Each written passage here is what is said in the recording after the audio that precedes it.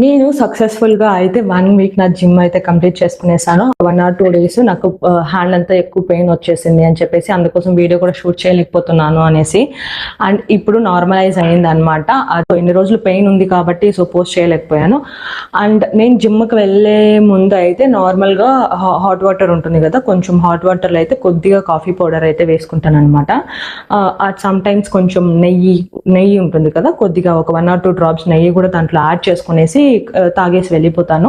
అంతే. నేను జిమ్‌కి వెళ్ళేసి వచ్చేసిన తర్వాత ఇప్పుడు నా మార్నింగ్ బ్రేక్‌ఫాస్ట్ ఎలా ఉంటుందంటే ఫస్ట్ ఇదనమాట. ఇది వచ్చేసి డ్రై ఫ్రూట్ పౌడర్ అయితే ఒక స్పూను.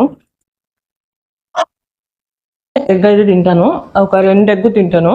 విత్ యెల్లోతో కూడా తినేస్తాను అనమాట. నార్మల్‌గా నాకు యెల్లో రికమెండ్ చేయలేదు. ఓన్లీ వైట్ మాత్రమే తీసుకోమని చెప్పారు. దాంతోపాటు ఏదైనా ఫ్రూట్స్.